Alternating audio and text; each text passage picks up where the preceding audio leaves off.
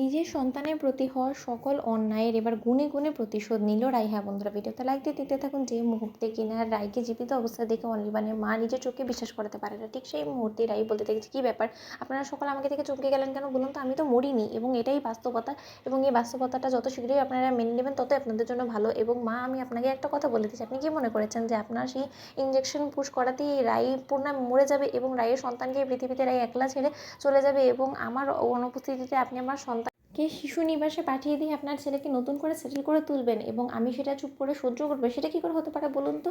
এই জীবনে বেঁচে থাকতে তো অন্তত আমি কোনোভাবেই অনির্বাণের পেছন ছাড়বো না, কারণ আপনার যখন এতটাই চক্ষু শত্রু হয়ে উঠেছি আমি এবং আমার সন্তান, তাহলে তো নাকের ডগায় রেখে আমি এবং আমার সন্তান আপনার ছেলের সঙ্গে সংসার করবো। আমিও দেখি কী করে আমাদেরকে আপনার ছেলের জীবন থেকে আপনি আলাদা করতে পারেন। ঠিক সেই মুহূর্তে অনির্বাণ বলতে থাকে যে রাই, আমার না সব কিছু তালগোল পাকিয়ে যাচ্ছে, আমি কিছুভাবে কোনো কিছুই বুঝতে পারছি না, কী হয়েছে এটাকে আমাকে একটু বলবে? তুমি তো মরে গিয়েছিলে, তুমি তাহলে জীবিত হয়ে কী করে ফিরলে বলো তো?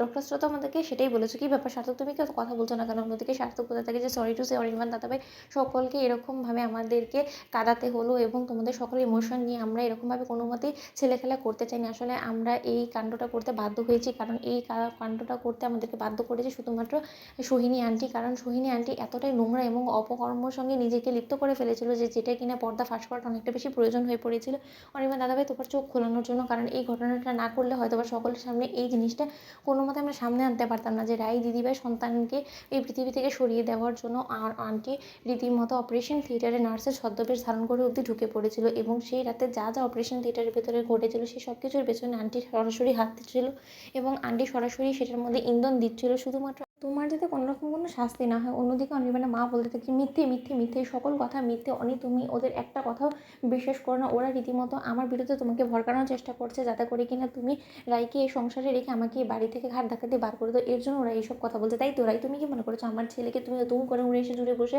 আমার ছেলেকে আমার বিরুদ্ধে উস্কে দিবে এবং আমার ছেলে তোমার কথায় আর পড়ে এখান থেকে আমাকে ঘাট ধাক্কা দিয়ে বার করে দেবে? সেটা কোনো মতে হবে না। অনি, তুমি কি কোনো মতে বিশ্বাস করো যে আমি অপারেশন থিয়েটারে ঢুকে যাবো, তাও আবার রাইয়ের সন্তানের ক্ষতি করার জন্য? আমি এতটাই নোংরা বলো তো? আর তার থেকে বড় কথা, অপারেশন থিয়েটারে অ্যাক্সেসই বা আমি কী করে পাবো? আমি সেখানে কী করেই বা ঢুকবো? অন্যদিকে সার্থক বলতে থাকে যে আন্টি, আমার কাছে সকল প্রুফ আছে, সেদিন হসপিটালে থাকাকালীন আপনি যে নার্সকে কতগুলো টাকার প্রলোভন দিয়েছিলেন সেই সব কিছু কিন্তু হসপিটালের সিসিটিভি ফুটেজে রেকর্ড হয়েছে, এবং সেই হসপিটালের সকল সিসিটিভি ফুটেজ আমি সঙ্গে করে নিয়ে এসেছি আমার এই ফোনে, যাতে করে কিনা আপনাকে দোষী সাব্যস্ত করার জন্য আমাদের বিন্দুমাত্র বেগ পেতে না হয়। অন্যদিকে সেই ভিডিওটা চালিয়ে দেওয়া মাত্রই যখন অনির্বাণের মায়ের সঙ্গে সেই নার্সের কথোপকথনটা সকলের সামনে ফাঁস হয়েছে, ঠিক সেই মুহূর্তেই অনির্বাণ বলতে থাকে যে ছি ছি ছি ছি, তোমাকে মা বলে পরিচয় দিত না? মা আমার জাস্ট ঘেন্না করছে, তোমার লজ্জা করছে না? এই মুখ তুমি কী করে দেখাচ্ছ বলো তো? তুমি আমাকে বাঁচানোর জন্য তুমি আমার সন্তানকে মেরে ফেলার জন্য অপারেশন থিয়েটারে ঢুকে গিয়েছিলে? ছি! তোমাদের লাইক এবং শেয়ার করে সাবস্ক্রাইব করতে ভুলো না।